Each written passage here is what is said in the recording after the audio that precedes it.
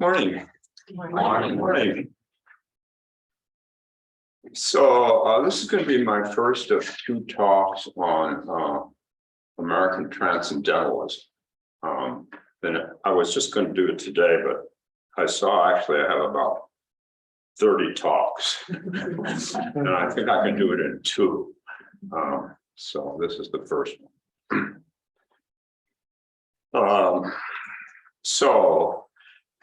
In the 1830s, in this country, transcendentalist movement develops, which I consider, with a qualification, to be the roots of American Zen.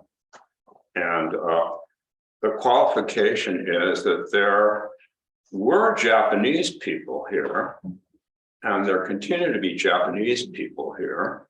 But as Tomoe Katagiri said to me, no, Eijo and Yasuhiko are not interested in Zazen or Zen. And I said, well, what about the rest of the Japanese? She said, they know do Zazen. They know interested in Dogen. So that's why Katagiri came here. That's why Suzuki came to San Francisco, basically. That's why Suzuki actually abandoned the Japanese congregation in San Francisco, because we were the ones who wanted to learn Dogen, to be the transcendentalists ourselves. Although we sure did a lot of spiritual bypassing.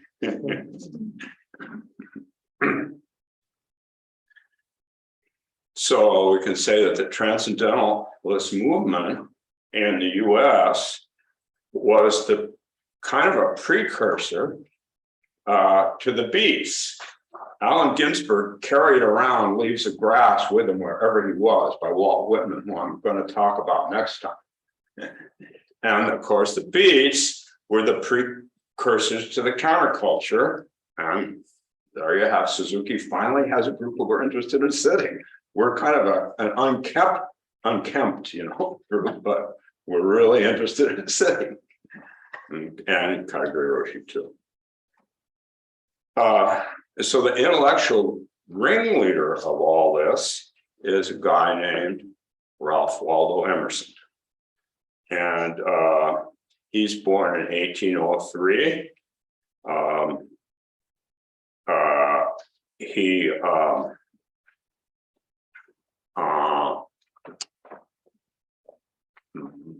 10 years later, Margaret Fuller is born. She's also one of the pioneers. Gloria Steinem considers Margaret Fuller to be the progenitor of feminism. But Margaret Fuller doesn't live very long. She's very involved in the transcendentalist movement, but she only lives till 40, till the age of 40. But she does start a journal called The Dial, which she publishes for 4 years from 1840 to 1844. Thank you, Phil. And I'm left-handed, if you don't mind. Thank you.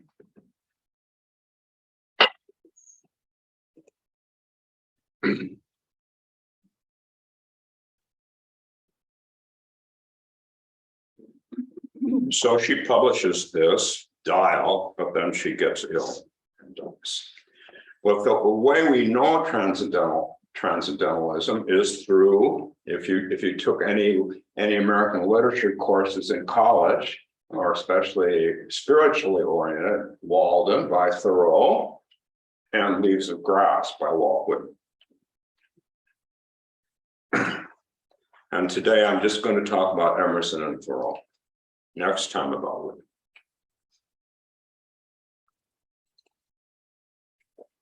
Emerson wrote many essays in which he talked about spiritual goodness being inherent. Spiritual goodness inherent, despite the corruption imposed by cultural norms, cultural baggage, shoulds and should nots, religion and parents and all that stuff, that there's a goodness inside. The goodness. And he said in his writing, that goodness is divine because it pervades all life. It pervades all humanity. We say Buddha nature, right? We say Buddha nature. We say ordinary people are in some way inherently the same as Buddha. Well, not so different from what Emerson was saying, right? We just have a different vocabulary we got from our teachers and got from our reading. And in some way, inherently the same as Buddha, because we've got all this garbage that covers it over, all this worries and concerns and upsetness. But inherently, we're the same as Buddha. And of course, Buddha, B-U-D, means awake in Sanskrit. And we can all tap into prajna. Jnana, those of you who've been studying with me probably remember this stuff. Jnana means deep knowledge. Prajna is prior to deep knowledge. It's the stillness that's always here before that. And it has its own wisdom, but it doesn't know it's wise. Whereas Jnana thinks it's wise. Shariputra thinks he's wise until Avalokiteshvara has to set him right in the Heart Sutra. In case you haven't picked that up.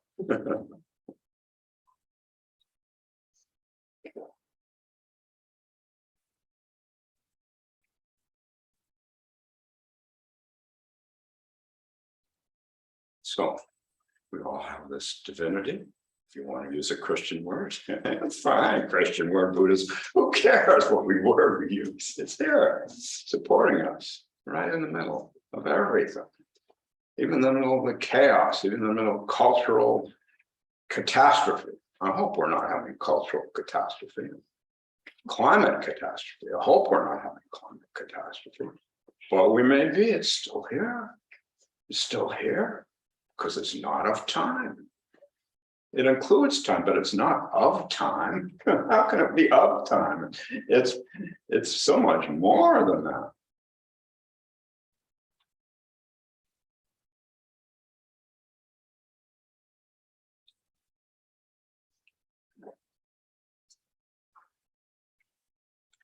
And we can tap into this. That's why we do meditation, to tap into this and experience this connectedness and calmness in our daily lives.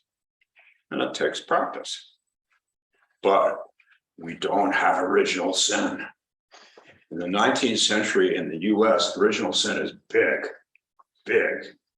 It's the main thing that Christians, the Puritans talk about. One of the main things. No, I don't know. Joseph Carton had a mystical side to it. So a whole bunch what they talk about. And you know, the Catholics aren't much better. The Catholics, us Irish Catholics came in, my great-great-grandfather Timothy got on a boat to the US in 1850. Full of originals. So that us Catholics weren't much better. But we have a different creation story. Our creation story is that we something happens and we lose our sight. We become blind. Something happens and we lose our sight. We become blind. Become blind to this wonderful and joyous interconnection. We become blinded to it.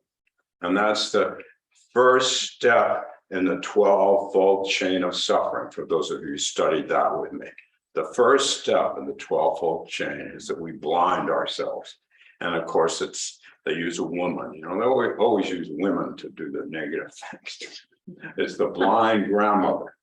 And the blind grandmother gets just the whole chain, her fear. She develops a whole chain because of her fear and her need to have something solid because she's scared. Life is scary. She's scared. So that I haven't taught this lately, but I used to teach this all the time. there are 12 nice pictures that show about how we do this. Anyway, that's not my talk for today. But according to Emerson, according to Thoreau, we can all, and Whitman, I'll talk about next time, we can all have spiritual experience. And this will also ignite our individual conscience,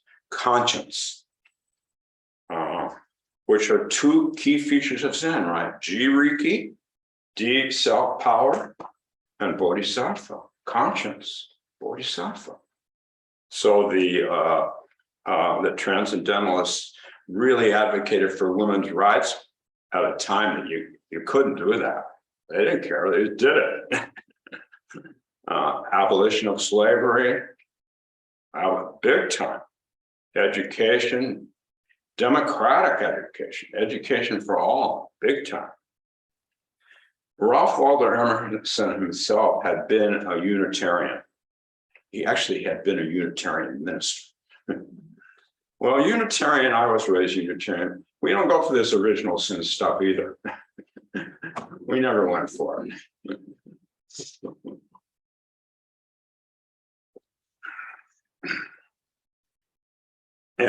But in Unitarian, when I was growing up, and I can't say much for contemporary Unitarian, we emphasize openness, not being hampered by any single belief or any single ritual, but appreciating them all. And so when I first got interested in really doing a deep Asian or Buddhist spiritual path, I went to talk to my Unitarian minister. Who would go to talk to the Catholic priest about wanting to do something?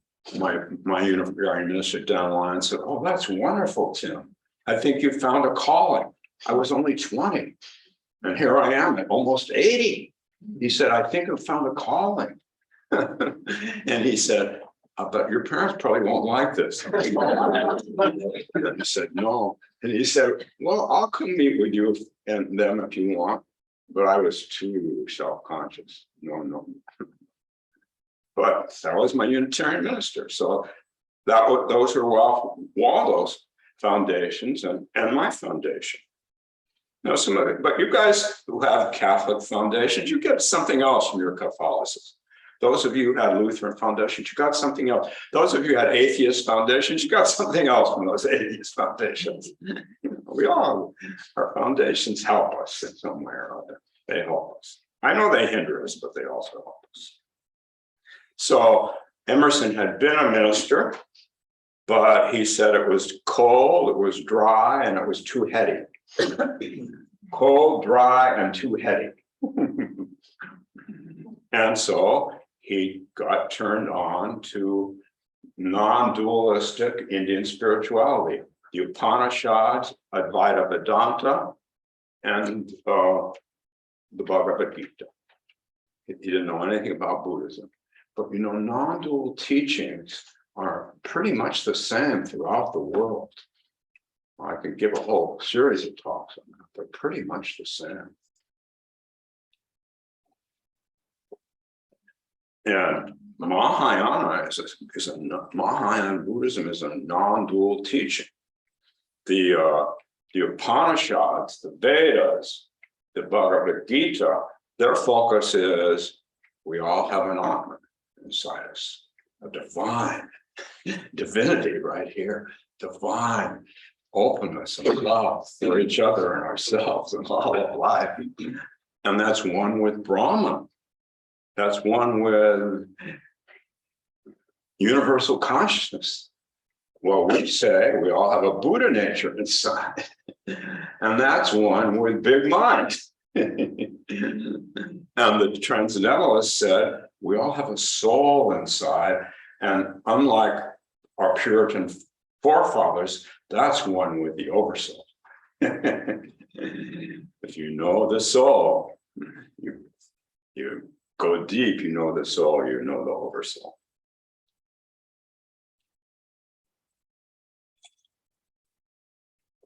So these are all three of these ways of talking about labels are similar, are about breaking through the shell of a small, scared ego. And we do that by according to the transcendentalists, simplifying, letting go of materialism and drive for material success as being one of our primary things. And the third, immersing ourselves meditatively in nature. Sounds kind of familiar, doesn't it? Sound familiar, anybody? So here's I'm going to read Emerson, and then I'm going to read Dogen. Emerson. But if a man be alone, let him look at the stars.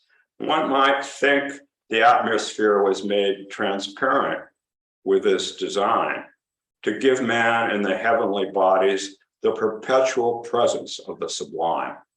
Seen in the streets of cities, how great they are. If the stars should appear one night in 1,000 years, how would men believe and adore and preserve for many generations the remembrance of the city of God, which had been shown? But every night come out these envoys of beauty and light the universe with their admonishing smile. I don't know why it's admonishing. I had to check that out, but that's what he says. Maybe he needs a little more Zaza. And here's Dogen. The voices of the river valley are the Buddha's wide and long tongue. The form of the mountains is nothing other than his pure body. Sitting as the night gets late, sleep not yet arrived. Evermore I realize engaging the way is best in mountain forests. Sound of valley streams enter my ears. Moonlight pierces my eyes. Other than this, not a thought's on my mind. Now back to Emerson. Emerson. Standing on the bare ground, my head bathed in the blithe air and uplifted into intimate space, all mean egotism vanishes. All mean egotism vanishes. I become a transparent eyeball. Here's Dogen. Oh, first, before I do Dogen, my friend Kay went to San Francisco from Twin Cities years ago before Suzuki died to do a sesshin at San Francisco Zen Center. And on third or fourth day, she looked across the room and saw Suzuki maybe as far as Bonnie is from me. And she looked into his eyes and there was no one there. No one there. And all life was there. And there was no one. And she just cried. Everybody thought she was sad. She'd been depressed. No, she had been depressed. This is not about depression, you guys. When we talk about Buddhist emptiness, it has nothing to do with the emptiness of depression that I help people with so many years as a psychologist. So anyway, what's Dogen say? Dogen says, the whole universe in the 10 directions is one eye. There are thousands of eyes learning and practice. There are thousands of eyes aligned vertically, and there are thousands of eyes aligned horizontally. And then I'm going to repeat what Emerson again. Standing on the bare ground, my head bathed in blithe air and uplifted into intimate space, all mean egotism vanishes. I become a transparent eyeball. And here's Emerson again. In the woods, a man casts off all his years as the snake his skin. Well, Emerson doesn't even know about Buddhist mythology and the serpent or the Naga who casts off all his skin, who helps Buddha under the Bodhi tree by hovering over him and protecting him from all those demons that are circulating around.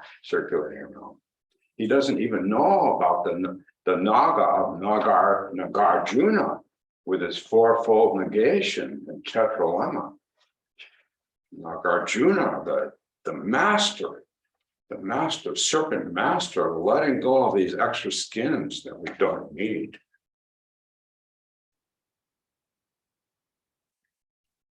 So that we can move deeply into this prajna, this wisdom that's before knowledge, before we blindly ignore who we are. Well, we've been blindly ignoring who we are for a long time, but at any moment, any moment we can do this. But it happens on its own. We can't do it. We have to do the practice. Then it happens. Then it happens. So here's Emerson. I'm going to do each. I'm just making this up. Each one of the fourfold negations with Emerson. Nagarjuna's fourfold negations are tetralemma. I am part and parcel of God, he says. He's removed one skin to feel that. I'm part and parcel of God. I am nothing. He moved a second skin. I'm nothing. Because I'm part and parcel of God. That's pretty trippy, right? I'm nothing. He's removed the second skin. I see all. He's removed the third skin. I see all. Or he should say, all sees me. We see all together. All sees. He's removed the third skin. Then he says, the currents of the universe pass through me. He's removed the fourth skin. We're nothing more or less than these wonderful currents of the universe. This is who we are. Even in our suffering, this is who we are.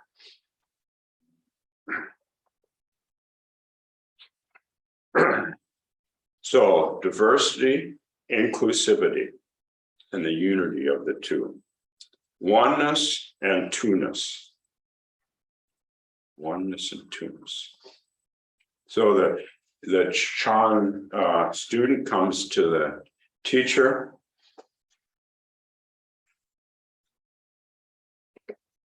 and says, the Chan is Zen, and says, I can't find my Buddha nature. The teacher points out the window and he points to a bare tree that has just two sticks. He says, the long stick is the long bodied Buddha. That short stick is the short bodied Buddha. Supposedly the students enlightened them, but the student probably could have just really been pissed off. The teacher. But according to the story, he's enlightened. Maybe both. So now I'm going to do a little bit on Thoreau. Let's see, I know it's already 10:24. Yeah, I won't go too long. Thoreau. So Thoreau and Whitman are the ones who tried to bring to life what Emerson had written about. Thoreau, by doing this experiment of living for 2 years in Walden, immersed in nature, and then writing about it, a book that people thought was dumb until about nobody bought it until about 1900. Now, well, at least when I was young, everybody was reading, everybody. So you never know. Dogen too. Nobody read Dogen. You realize nobody read Dogen for hundreds of years? Nobody. So his 2-year experiment was to live simply close to nature, without distractions, without steeping himself in silence. He did that. We don't know how well versed he was in the Upanishads, the Advaita Vedanta, and the Bhagavad Gita. He may have just gotten this from Emerson, but anyway, he was really committed to doing it, and he did it. So that was his 2-year experiment. Katagiri Roshi spent 2 years at a Heiji monastery in Japan. Suzuki Roshi spent 2 years at a Heiji monastery in Japan, away from all the tumult of city life, and trying to just steep themselves in silence so they could become silence. That's what Thoreau's goal was. That's what his goal was. I spent, when I was young, 3 months only. 3 months at Tassajara Zen Monastery. But it was before I had kids. And I was in the counterculture. And in the counterculture, we didn't want to work for the man anyway. So,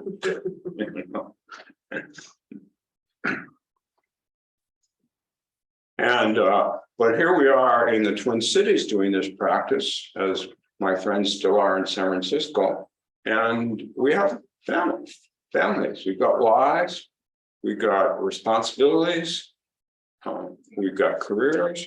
That's all cool. So people I ordain, I've been having them do this for years. You only have to do 1 month. You don't have to do 2 years. 1 month during that top course, and then you have to do 18 days of retreat. And it used to be like 10, but I kept moving it up. Now I'm no longer a guiding teacher. I don't think Ted's going to decrease it any. But that's why, because if we want to become silence, we have to steep ourselves in silence. And it's not always fun. It's not always fun at all. Monkey mind just gets really upset often.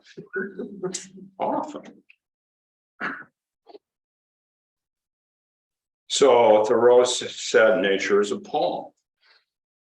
Whitman wrote them this huge, well, that's my next talk. All these poems. Nature is a, Whitman and Thoreau got to be friends later in their life. Concentration for Thoreau on material wealth was a distraction from living. Nature is where you discover the oversoul by deeply tapping into the soul beyond ego. And here he says, instead of attending to the machine of civilization, farm the soul. It's interesting, farm the soul. So I might say farm the ego. You can't kick the ego out. That's spiritual bypassing. We need egos, they're important. We farm them, we cultivate them. We take care of the soil, we aerate it. We're kind to it, we sing to it. We put lots of fertilizer into it from our sweat, blood, sweat, and tears.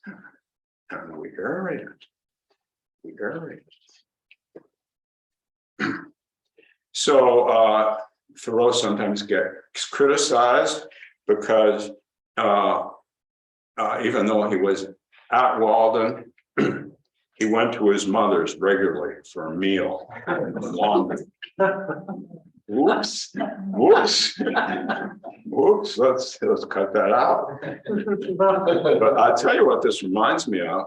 This reminds me of when I was young and I was at this Zen monastery, Tassajara. We had a town trip once a week. We all wanted to go on the town trip. And we would figure out who could work in the kitchen, because if you helped out in the kitchen the week before, you were likely to get to go to town. Oh, we pined away for town. Just a little bit of chocolate, just a little bit of ice cream, at least for me. I wasn't lonely because I was there with my wife. But other people just wanted to go to coffee. They wanted to go to the equivalent of Dunn Brothers. They'd all, that's where the Tassajara students would all be hanging out. They'd be at Dunn Brothers and they'd be given an hour or something.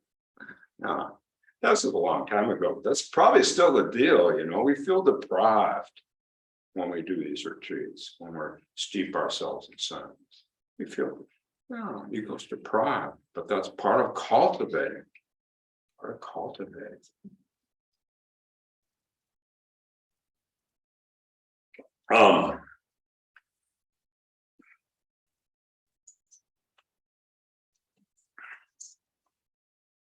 So Emerson and Thoreau and Whitman only had 2 legs, the 3-legged stool that I talk about all the time, Buddha, Dharma, and Sangha.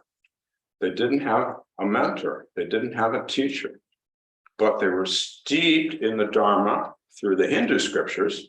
And they had each other. The Transcendentalists formed their own little Sangha. And there's quite a bit about how they hung out together, supported each other. But they only had 2 legs, but they still did this with only 2 legs. I always say, with only 2 legs, the stool falls over. Oh, it does, but it does. It falls over 3 legs too, in case you haven't noticed. 4 legs, 5 legs, it still falls over.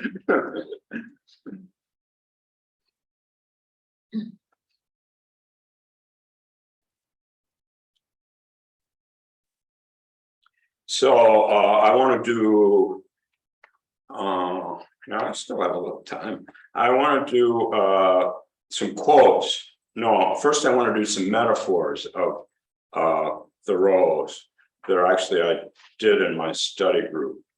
He starts his 2 years saying, writing, I would mind and burrow my way through these hills. I think that the richest vein is somewhere hereabouts. In Zen, in our Zen, we call this the blood vein, the blood vein. And some Zen teachers call this pouring water from one vessel to another. My teachers used to call this passing something on, warm hand to warm hand. Kadagiri Roshi used to say that. Remember, Bonnie? Passing something on, warm hand to warm hand. That's the blood vein. And we call it the blood vein because if you become formally enter our tradition, and you don't need to, you know, I'm a Unitarian for this, that you don't need to. But if you formally enter our tradition, you get you're part of a blood lineage, and you get a long lineage chart, and then you're shown some secret ceremony. I'm not to talk about this. I'm just not say about how it's the blood vein that passes all the way down from Buddha to Mahakassapa, all the way down to moi, to you. Then I pass it on to you. And that's your lineage papers. You have these long lineage papers, which then if you take them apart, you may not be able to get them back together. What are you going to do now? Tomoe said, don't take them apart. But whenever she told me to do something, I would do the opposite. So I went right home and took them apart. That's been my Zen my whole life. I'm sorry, it's surprising I'm even sitting here.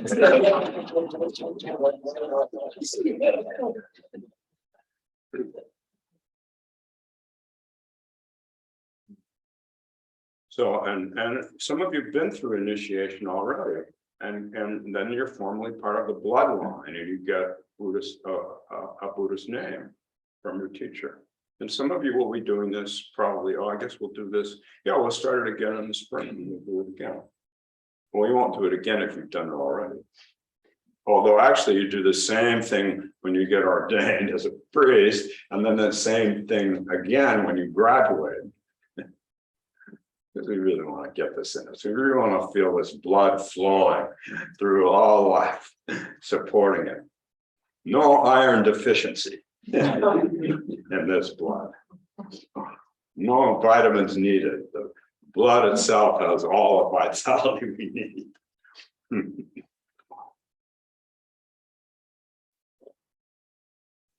So,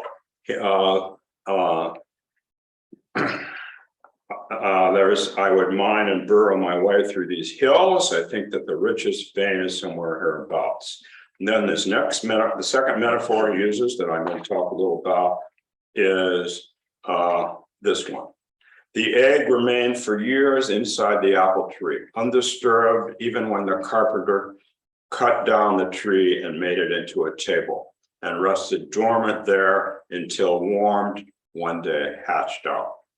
Here's the Blue Cliff Records, case 16. It's called Kyose's Picking and Pecking. A monk asked Kyosei, I, your student, am picking from inside the shell. I beg you, master, please peck from the outside. So the chick in our tradition is the agent in his own birth, in their own births. The chicks are the agent in their own births, in her own birth, and their own births. And they start pecking at the shell from the inside through our practice. And the mama pecks at exactly the same spot. The teacher tries to peck at exactly the same spot. Now, actually, I'm always half the time, 3/4 of the time, I'm pecking at the wrong spot. They're pecking one spot, I'm pecking at the other. Well, somehow it cracks up and anyway, I don't know. I do my best. Sometimes I do. I hit it. Woo! And then they really crack open sometimes. As a chick, you're the agent in your own birth into big mind, into wonderful spaciousness.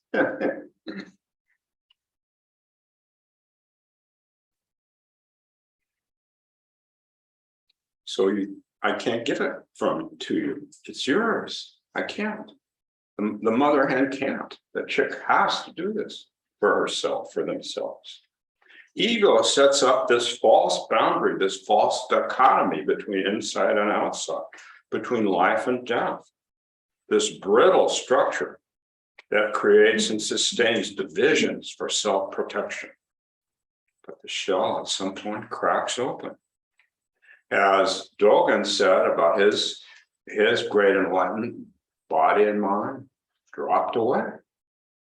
Ru Ching his teacher was hitting the guy next to him with a slipper in a sesshin because the guy was either spaced out or snoring, or maybe both. He could possibly be both spaced out and snoring. Ru Ching said, just let body and mind drop away. And Dogen's body and mind dropped away. What does that mean? That means we carry around these images of what our body is, of what our mind is, what we should be. We'll take care of one, then we've got to take care of the other. But that's a false division too. We need it. It's pragmatic, very important, but it's false ultimately.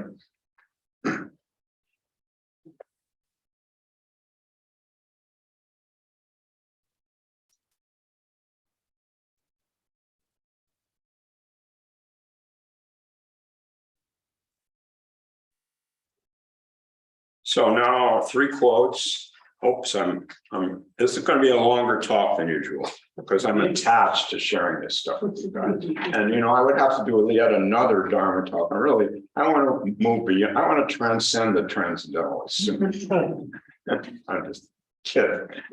As soon as we get caught on something, it's time to move on, right? I'm kind of caught on these guys and women right now. So it's time to move on. Anyway, you can help me move on by just patiently listening to me for another 5 or 10 minutes. Or at least pretending to listen. Well, you guys online don't even have to pretend to listen. And let's see, there are 32 of you. Only one of you is left. Oh.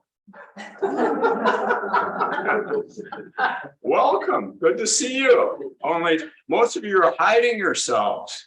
You're not showing yourselves hiding yourselves behind your name. Oh, here's someone who's waving at me. Chris. Hi, Chris. Hi, Tim. Hi, Tim. Oh, a few of you are waiting. Most of you are hiding. But hi, Cheryl. Hi, Cheryl. Wow. Come out, wherever you are. I'm talking to the ones who are hiding themselves. Maybe they're in their PJs. They don't want us to see their PJs. I get that. I don't really want you guys to see me in my PJs. So 3 quotes that I talk about in study group. And then I'll be done. Of Thoreau's. And these are very well known. Simplicity, simplicity, simplicity. I say, let your affairs be as 2 or 3 and not 100 or 1,000. Simplify, simplify, simplify. So ask yourself what's most important to you and just do those. This is crazy world we're in.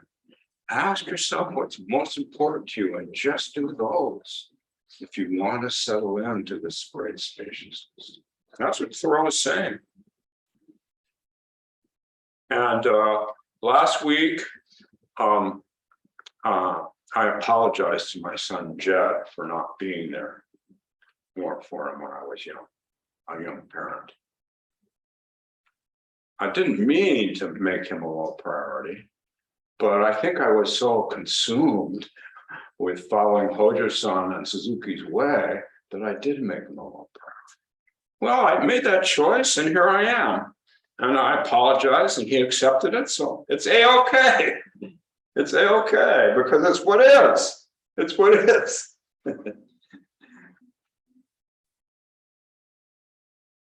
The second thing he talks a lot about, does quotes about is loneliness. He experienced a lot of loneliness during those 2 years. If you don't experience loneliness, at some point, you're really not entering the way.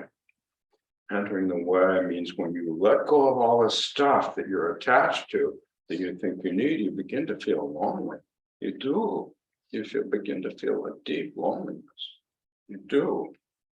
And here's a friend of his saying, I should think you would feel lonesome down there and want to be nearer to folks. Rainy and snowy days and nights especially. I don't know what his response is, but he stays with it except for these trips to his mama's. We all want to go back to our mama. And his mama was still alive and she was willing to do his laundry and cook a good meal for him.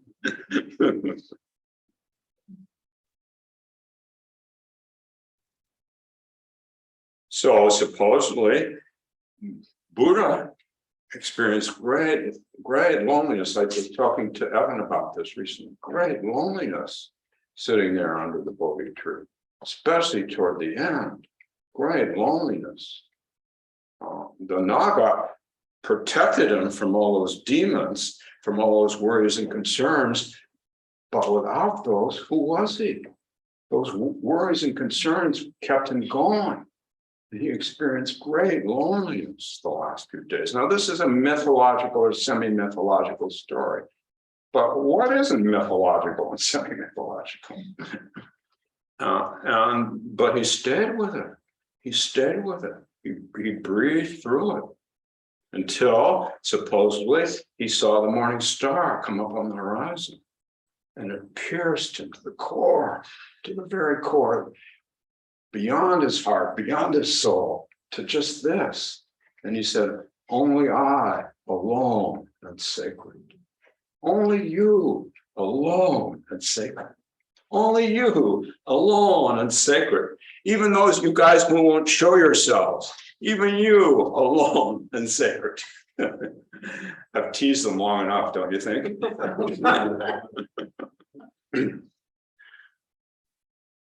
So, in the third quote I want to do from Thoreau, he says, why should we be in such desperate haste to succeed and in such desperate enterprises? If a man does not keep pace with his companions, perhaps it's because he hears a different drummer. Let him step to the music which he hears, however measured or far away. Then he asks us not to live in this restless, nervous, bustling, trivial 19th century. We think 19th century, you call up and calm, right? It's only the 21st century that's just totally out of control. Not according to Thoreau. According to Thoreau.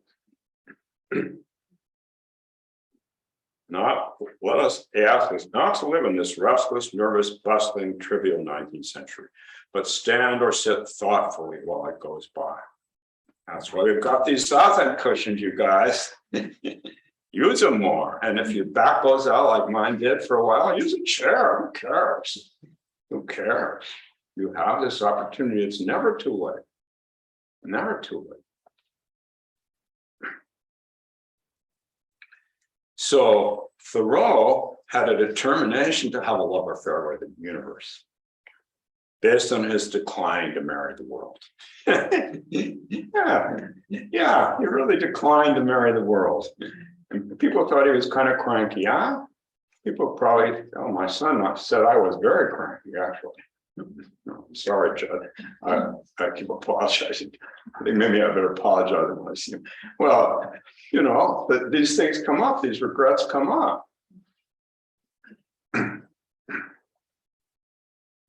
So my wife said to me in 1966, before we got married, you're so into this. You're so into this practice and this way of life that she said, are you sure you want to get married? And I said, oh, yes. And I think over the years, she's wondered, but here we still are 83 years later, or whatever it is. And she said, I hope you have a good time when I left this morning. I hope you have a good time. And I said, I will. Because the good time is here. It's not about trying to have a good time. Well, we try to have it, but don't worry about trying to have a good time. Just be with what is. Just be with it is. This isn't what the Buddhist adepts of old, what the Veda adepts of old, what the Upanishad adepts of old, what the Rumi adepts of old tell us. Honor your inmost request. Honor your inmost request, what Suzuki said. And if you don't know what your inmost request is, find it. It may not be this thing that I've been into for 83 years, something along my 79. Time gets looser as you get older.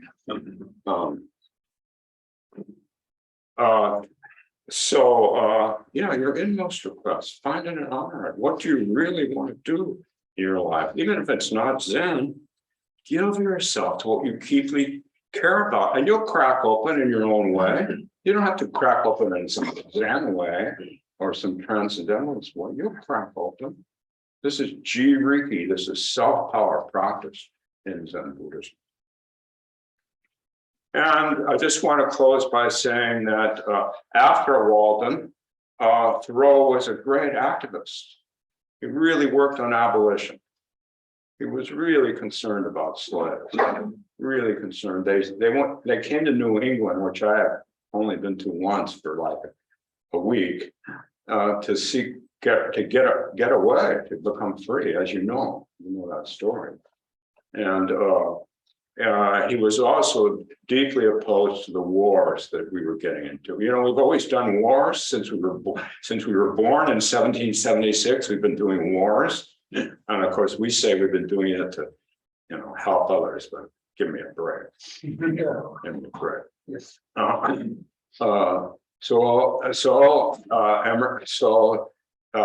finish with a story, which is maybe apocryphal.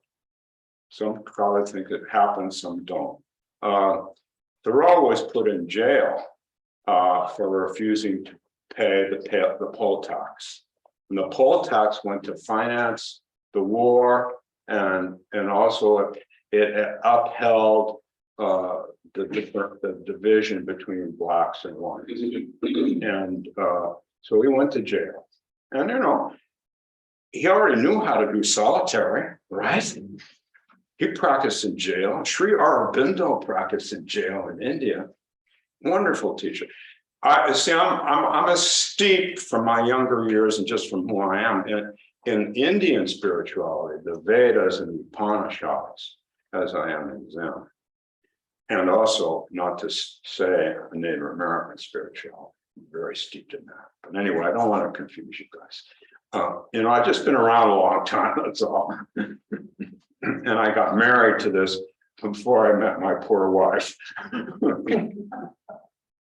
I must be okay, because we still love each other.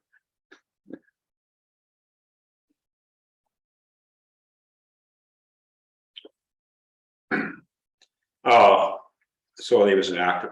So Emerson came to visit him in jail. And Emerson said to him, "What are you doing in there?"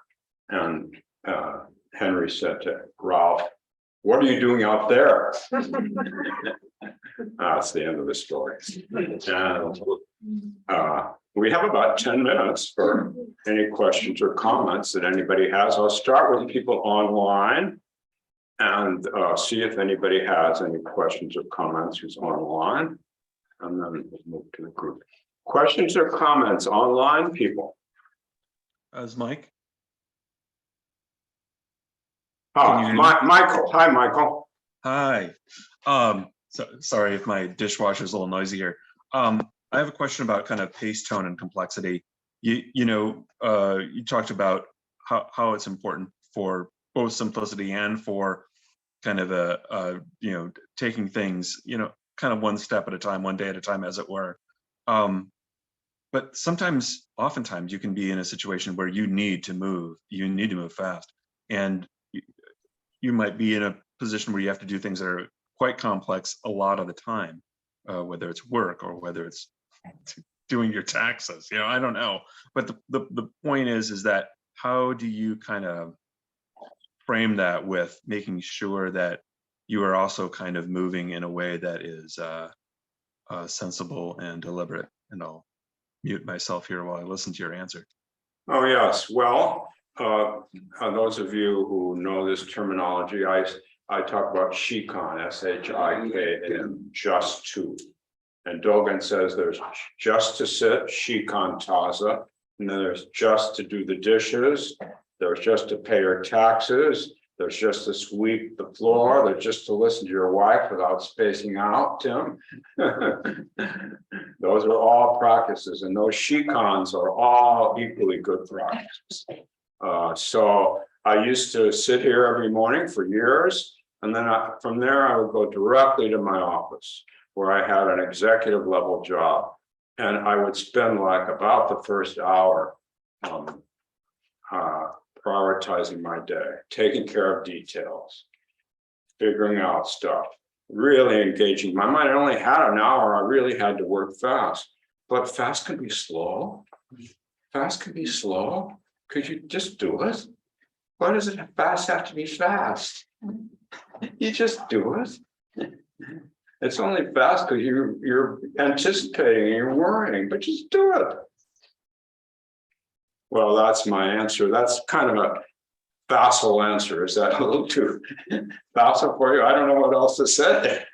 No, it's excellent. Thank you so much. Well, you're welcome, Michael. Anybody else online?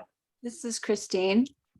Oh, hi. Oh, there you are, Christine. Yeah, here I am. Here I am. Oh, are we meeting on? I thought we were meeting in person today. Are we meeting online?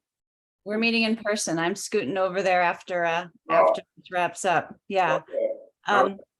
So this is just a little bit in defense of Thoreau, not that you are thrashing him, but I was interested to hear recently that when he would go home, he would also help with the family business. Oh. So he would get food, he would do laundry, but he also helped with sustaining his family. And you can really say that's the middle path, right? Yeah. To go sit and then have some good nourishment and fellowship. And the last thing I wanted to add is I had the fortune one season to work near Walden Pond and to go there every day at the end of the workday. And it is in a relatively affluent area of Boston, one of the most diverse and egalitarian spaces. It's actually a pond that belongs to the entire public and not just to the community that lives around it. So I used to see Russian families there at the pond, big Chinese American families. It's just, I love the fact that Walden Pond itself is genuinely a space where so many people can connect with nature and the natural world. So I just thought I'd share that. That's wonderful. That's wonderful. Anybody else been to Walden Pond? Oh, you've been there. Oh, you guys have been there. No, I want to go there. I don't know. Is there still time for me to go there? Well, if I go fast, slow, there's plenty of time. Right. Okay, now time for one or two questions from people who are in the room. Lawrence of Minnesota, Lawrence of Arizona.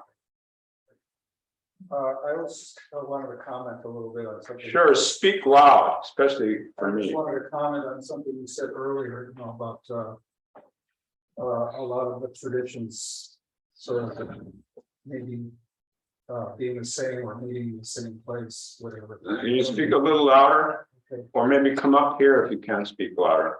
I just want to say something about something you said, a comment about something you said earlier about a lot of the traditions, like Advaita Hinduism and Mahayana Buddhism. Yes. being similar, the same. Yes. or meeting in the same place. yes, Well, years ago, when I was studying yoga at a yoga group in Yes. here.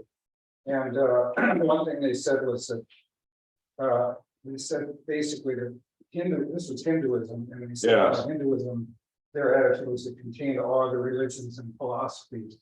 But I found that to be not exactly true, because uh-huh, I was more interested in a different approach. Their approach was like permanent soul, and I was interested in kind of the Guardian. I started reading the Guardian and wrote yes, the emptiness idea. Yes. No permanent soul, yes, no permanent self. yes, And I really like that approach. To me, it was like an approach of carrying things away, simple. yes.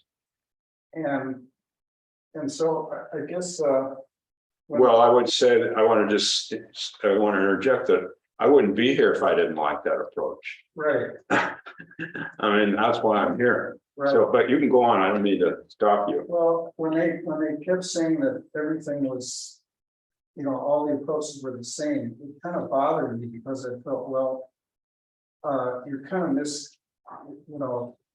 by kind of lumping all things together, you miss the individuality. Well, I think that's very important. Remember, the individual is the cosmos, and yet she's only the cosmos when she's authentically herself.